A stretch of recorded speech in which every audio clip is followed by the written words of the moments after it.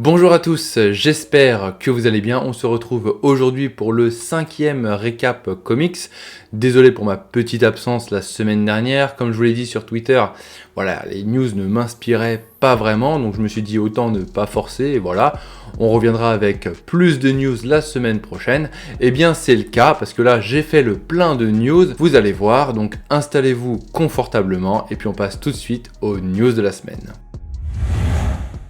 On commence avec Panini Comics qui nous apprend qu'ils vont éditer la mini-série Ben Reilly Spider-Man de John Mark DeMatteis et de David Baldeón, le tout au format 100%. On va donc se prendre une petite dose de nostalgie puisqu'on va retourner dans le passé où on pourra suivre quelques histoires de Ben Reilly lorsqu'il portait le costume de Spider-Man. Bon, je sais pas vous, mais moi en tout cas, eh bien ce 100% il m'intéresse, mais il faudrait peut-être que je termine la saga du clone. Voilà, c'est en 3 tomes, 3 omnibus. J'en étais à peu près à la moitié, mais j'avais fait une petite pause et malheureusement vous connaissez les pauses. On les prend et on ne revient jamais dessus. Donc ça serait temps que j'y retourne. Et en parlant de Panini Comics, eh bien cette semaine ils ont annoncé la réédition tant attendue de l'omnibus consacré à Miles Morales.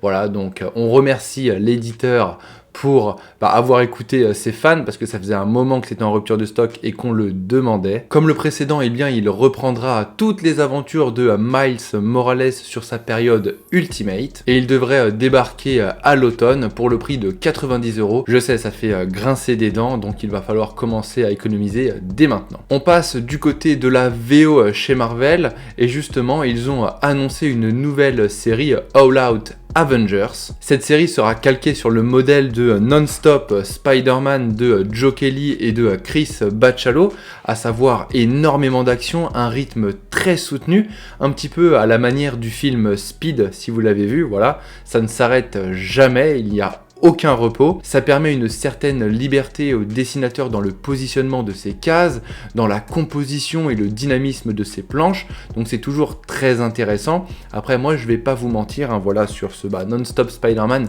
j'ai pas vraiment aimé. Après le style est vraiment particulier, faut tester pour savoir si ça nous plaira. Moi j'ai pas vraiment aimé parce que voilà, j'ai trouvé l'histoire un petit peu décousue et en fait pas très intéressante, mais après c'est mon avis personnel. N'hésitez pas à le lire pour vous faire votre propre avis. Et donc à la tête de cette nouvelle série All Out Avengers, eh bien on retrouvera Derek Landy, Greg Land, Jay Leinstein et Frank Darmata. On passe chez DC et après une petite frayeur, on apprend que la série The Fastest Man Alive, qui sera un préquel au film The Flash, eh bien elle n'est pas annulée mais elle a été repoussée à plus tard. Oui, il y a eu une petite confusion dans ce que nous rapportait Bleeding Cool, puisqu'au début on pensait que la série était tout simplement annulée, mais on a eu une mise à jour de Juan Ferreira, donc qui travaille sur le projet en disant qu'elle n'était pas annulée mais tout simplement reportée à plus tard. On rappelle qu'elle était initialement prévue pour sortir le 26 avril prochain, mais voilà, je pense qu'il va falloir être très patient puisque le film The Flash a été repoussé à plus de 7 mois et je pense que la publication suivra la même temporalité. En tout cas, moi j'ai quand même hâte de pouvoir lire cette série qui sera en 3 numéros et qui sera portée par Kenny Porter, Ricardo Lopez Ortiz, Juan Ferreira et Jason Howard. On repasse du côté de la VF et plus particulièrement du côté d'Urban Comics et malheureusement c'est une mauvaise nouvelle que je vais vous annoncer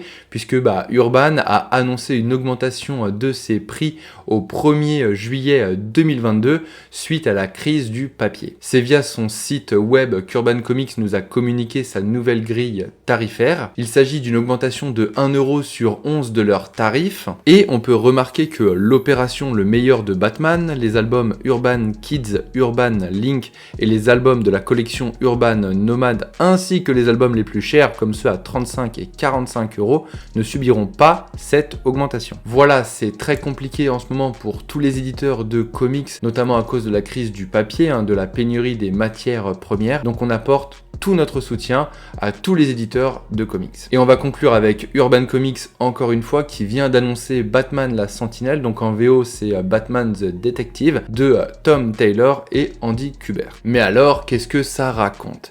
eh bien je vais vous lire le pitch et après je vous donnerai un petit peu mon avis parce que j'ai lu à peu près la moitié en VO et j'avais trouvé ça d'ailleurs très intéressant. Après une vie passée à combattre le crime, Bruce Wayne n'est plus le même homme, ses nombreuses cicatrices en sont le douloureux rappel. Malgré la perte de ses amis les plus chers, son serment est toujours marqué au fer rouge dans son esprit. Mais aujourd'hui, le manoir est vide et Batman est plus seul que jamais.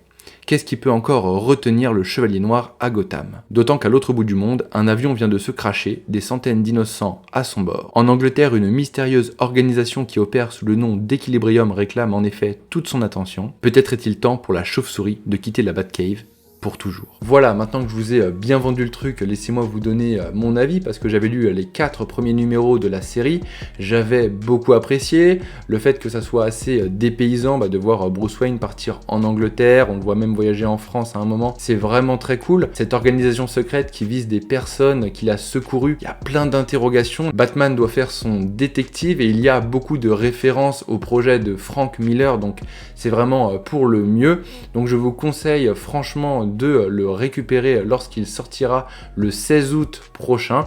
En plus, je crois qu'il est qu'à 16 € pour 160 pages, donc ça peut être vite lu et c'est vraiment très très cool. Moi en tout cas, je pense que je vais me le procurer pour le finir en VF.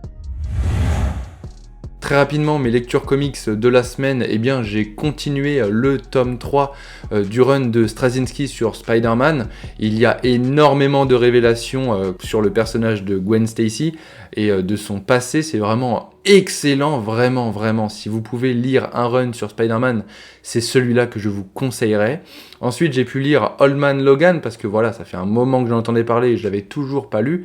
Après, j'aime pas vraiment Wolverine, le personnage de Logan, c'est pas un personnage que j'affectionne particulièrement.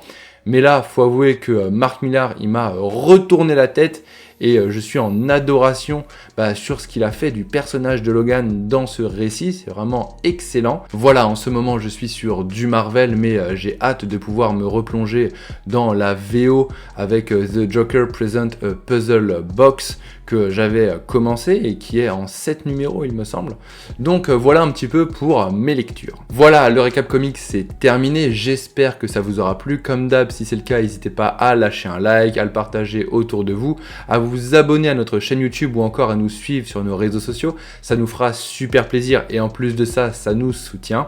Moi je vous dis rendez-vous mercredi prochain pour le récap et rendez-vous vendredi, même jour, même heure, pour un nouveau récap comics et d'ici là, eh bien, lisez des comics.